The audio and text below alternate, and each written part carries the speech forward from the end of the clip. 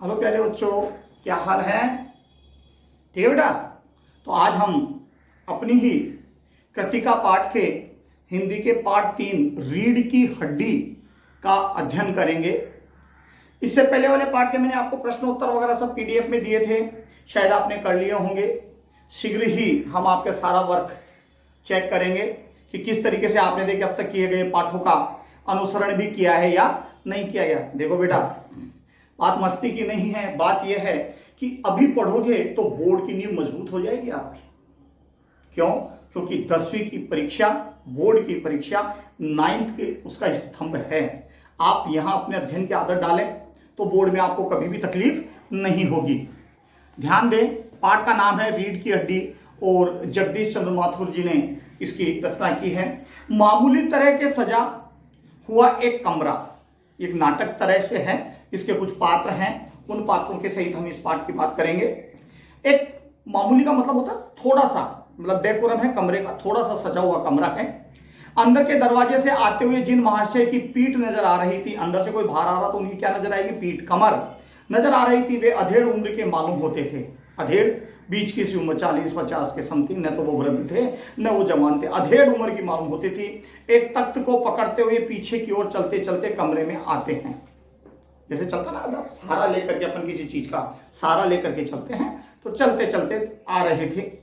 तख्त का दूसरा सिरा उसके नौकर ने पकड़ रखा था। जैसे अपन तख्ते को एक कमरे से दूसरे कमरे से धीरे धीरे चलते ना उल्टे उठा करके, तो एक तरफ तो नौकर ने पकड़ रखा था और एक तरफ उस शख्स ने पकड़ रखा था जो अधेड़ उम्र का था।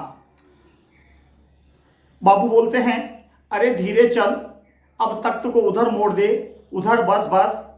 नौकर बोलता है, बिछा दूं साहब? बाबूजी कह रहे जरा तेज आवाज में बोलते हैं, और क्या करेगा, परमात्मा ने यहां अक्ल बट रही थी तो तू देर में पहुंचा था क्या?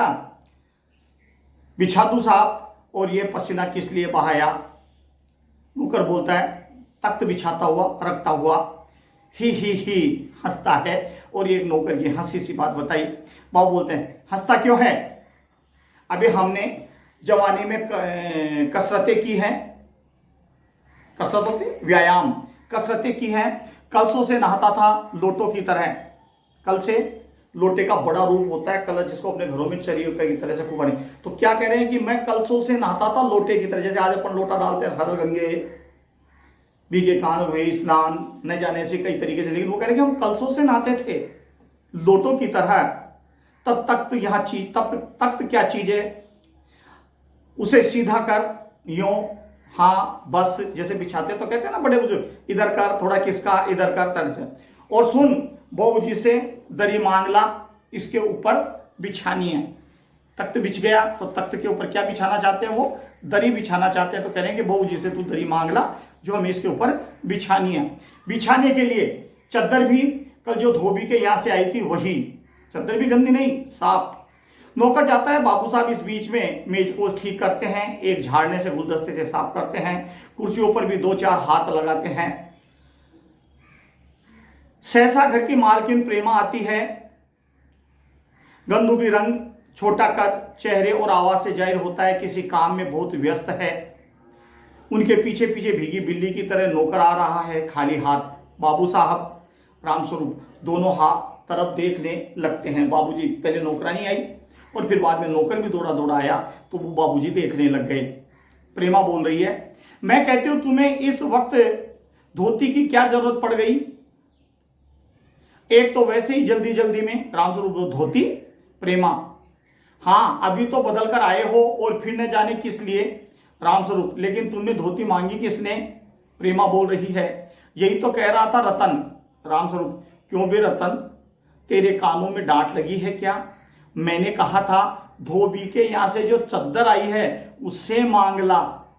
अब तो तेरे दूसरा दिमाग कहां से लाऊं, उल्लू कहीं का।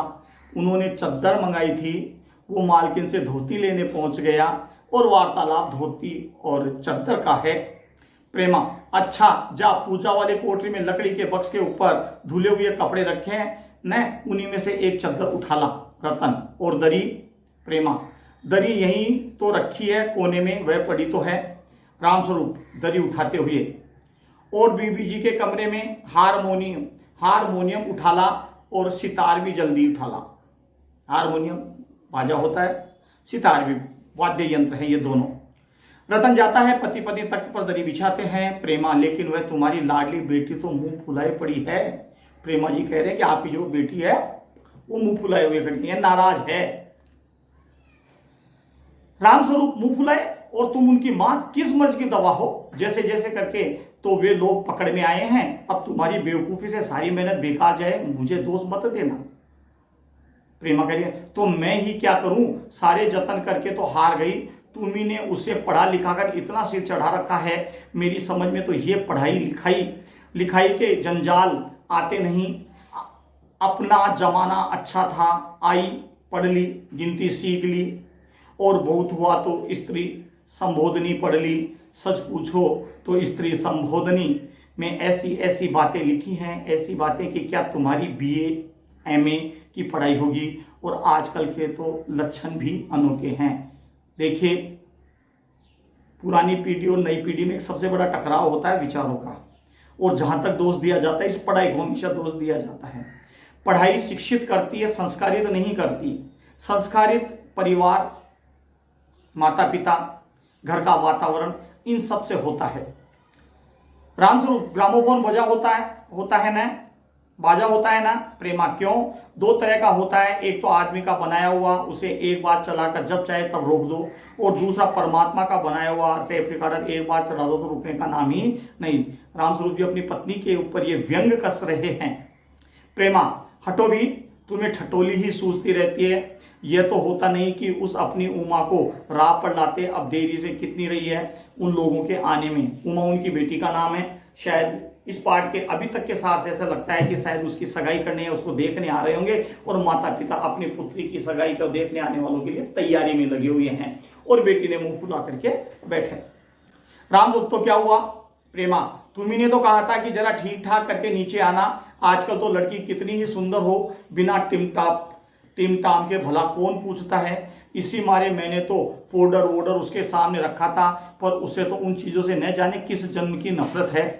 मेरा कहना था कि आंचल में मुंह लपेट लेट गई।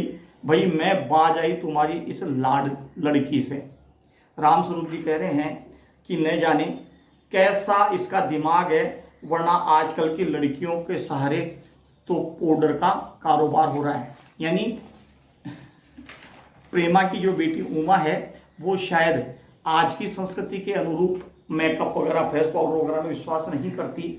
लेकिन अब जब कोई देखने आ रहा तो माता की अभिलाषा है कि कुछ ठीक ठाक दिखे। लेकिन वो कह रहे हैं कि जमाने की लड़कियां इतना लगाती हैं कि रोजगार इनके कारण होता है। प्रेमा, अरे मैंने तो पहले ही कहा था इंसेट्स के पास करा देते, लड़की अपने हाथ रहती और इतनी परेशानी न उठानी पड़ती। पर तुम तो रामस्वरूप बात कर, चुप दरवाजे में झांकते हुए, तुम्हें कतई अपनी जबान पर काबू नहीं। कल ही ये बता दिया था कि उन सब लोगों के सामने जिक्र और ढंग से होगा, मगर तुम तो अभी से सब कुछ उगेल देती। उनके आने तक तो न जाने क्या क्या करोगी। प्रेमा, अच्छा बाबा, मैं न बोलूँगी, जैसी तुम्हारी मर्जी हो करना। वैसे मुझे तो मेरा काम बता दो कि भाई मुझे क्या करना है। देखो, ये पति पत्नी के घर गृहस्थी के तर्क वितर्क हैं जो चलते रहते हैं, क्योंकि जब काम में होता है तो महिला भी व्यस्तता में, पुरुष भी व्यस्तता में होता है, तो एक दूसरे के विचारों में। लेकिन फिर भी जीवन के ये वो दो पहिए हैं जिनके ऊपर गाड़ी चलती है। दोनों पहियों का तारतम्यता बना रहता है तो गृहस्थी जीवन आगे बढ़ता है। चाहे रामस्वरूप जी और प्रेमा में वाद विवाद हो रहा हो, लेकिन अंत में योजक कड़ी उनके बीच को जोड़ने वाली जो उनकी पुत्री है, उसके लिए ये सब कर रहे हैं। मेरा तो काम बता दो। रामस्वरूप जी कहते तो उमा को जैसे हो तैयार कर लो, न सही पाउडर, वैसे कौन बुरी है, पान लेकर भेज देना उसे, और नाश्ता तो तैयार है न। रतन का आना इतनी देर उनका नगर आता था। आ गया रतन, इधर ला, बाजा नीचे रख दे, चद्दर खोल, पकड़ लो जरा उधर से। तख्त पर चद्दर बिछाने की तैयारी करते हैं। प्रेमा फिर बोलते नाश्ता तो तैयार है, मिठाई तो लोग ज्यादा खाएंगे नहीं, कुछ नमकीन चीजें बना दी है, फल रखते ही चाय तैयार है और टोस्ट भी, मगर हाँ मक्खन तो आया ही नहीं। रामस्वरूप, क्या कहा? मक्खन नहीं आया? तुम्हें भी किस वक्त याद आई है? जानती हो कि मक्खन वाले की दुकान दूर है, पर तुम्हें तो ठीक वक्त पर कोई बात सूझती ही नहीं। अब बताओ रतन मक्खन लाए कि यहाँ का काम करे? दफ्तर के चपरासी से कहा था आने के लिए, 100 नखरों के मारे डैश डैश डैश, यानी अभी तक वो नहीं पहुंचे, उनके नखरों के बाहर ही नहीं चलती। प्रेमा बोलती है यहाँ का काम कौन ज्यादा है, कमरा तो सब कुछ ठीक ठाक है ही, बाजा सितार आ ही गया, नाश्ता यहाँ बराबर वाले कमरे में ट्रे में रखा हुआ है, सो तुम्हें पकड़ा दूंगी, एक आध चीज खुद ले आना, इतनी देर में रतन मक्खन ले ही आएगा, 2 आदमी ही तो हैं रामस्वरूप, हाँ एक तो बाबू गोपाल प्रसाद और दूसरा खुद लड़का, देखो उमा से कह देना कि जरा करीने से आए, ये लोग जरा देर ऐसे हैं, गुस्सा तो मुझे बहुत आता है ऐसे दकियानुसी ख्यालों पर, खुद पढ़े लिखे हैं, वकील हैं, सभा सोसाइटी में आते जाते हैं, मगर लड़की चाहते हैं ऐसी कि ज्यादा पढ़ी लिखी न हो। अब समस्या है यहाँ पे कि दकियानुसी उसको कहते हैं कि जो जैसा अपने ऊपर लागू नहीं दूसरे के ऊपर थोपने की वजह से, खुद पढ़े लिखे लेकिन लड़की चाहते हैं कम पढ़ी लिखी। प्रेमा और लड़का रामस्वरूप, बताया तो था तुम्हें, बाप शेर है तो लड़का सवा शेर, बीएससी के बाद लखनऊ में ही तो पढ़ता है मेडिकल कॉलेज में, कहता है कि शादी का सवाल दूसरा है, तालीम का दूसरा, क्या करूं मजबूरी है, मतलब अपना है, वरना इन लड़कों को उनके बापों को ऐसी कोरी कोरी सुनाता कि ये भी लड़की का पिता दुखी है, लेकिन क्या करें, अगले चाहते हैं वैसा बताने की कोशिश कर रहे हैं। रतन जो अब तक दरवाजे के पास चुपचाप खड़ा था, जल्दी जल्दी बाबूजी बाबूजी, रामस्वरूप क्या है, रतन कोई आते हैं, रामस्वरूप दरवाजे के बाहर झांककर मुंह देकर अंदर करते हैं, अरे प्रेमा वे आ ही गए, नौकर पर नजर पड़ते, अरे तू यहीं खड़ा है बेवकूफ, गया नहीं मक्खल्ला ने अब चौपट कर दिया, अबे उधर से नहीं अंदर के दरवाजे से जा, नौकर अंदर आता है, और तुम जल्दी करो प्रेमा, उमा को समझा देना, थोड़ा सा गा देती है। प्रेमा जल्दी से अंदर की तरफ जाती है, उसकी धोती जमीन पर रखे हुए बाजे से अटक जाती है। जल्दी जल्दी कोई काम करते हैं तो काम हमेशा बिगड़ते हैं। प्रेमा ये बाजा ये नीचे ही रख गया कमभक्त, रामस्वरूप तुम जाओ मैं रख देता हूं जल्दी।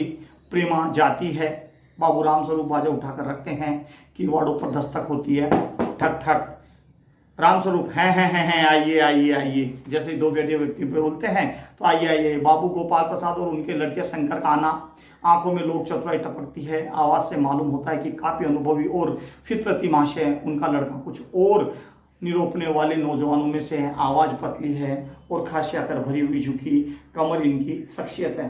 तो इतना जो हमने देखा उससे ये तो स्पष्ट हो गया कि रामस्वरूप जी के परिवार में उनकी पत्नी प्रेमा, उनका नौकर रतन और उनकी बेटी उमा है, और उनको देखने के लिए एक बाबूजी और उनका लड़का जो आ रहा है वो उनकी गोपाल प्रसाद जी जो उनको देखने आए हैं, बच्ची को देखने आए हैं, उनके लिए तैयारी, घर का माहौल तैयार किया गया है। लेकिन अब सबसे बड़ी समस्या है कि उनकी बेटी नाराज होकर के पड़ी है, माता पिता चाहते हैं कि वो अच्छी तरह श्रृंगार करके तैयार होकर के नीचे आए, और सबसे बड़ी विकट जो समस्या है कि वकील और उनके पिताजी ये पढ़े लिखे हैं, स्वयं पैसे से वकील हैं, लेकिन जो बहू चाहते हैं वो कम पढ़ी लिखी चाहते हैं, इसे कहते हैं तकियानुसी ख्याल। लेकिन क्या करें, पुत्री का पिता है ना, क्या करें, शादी ब्याह की तैयारी में कुछ झूठ भी बोलेगा तो अब अपनी पढ़ी लिखी बच्ची को कम पढ़ा हुआ बता करके वो उनको उनके सामने दिखाने की तैयारी में लगे हुए हैं। इतनी देर में कि किवाड़ खटखटाते हैं और मेहमान आ जाते हैं। शेष करेंगे हम अगली क्लास में।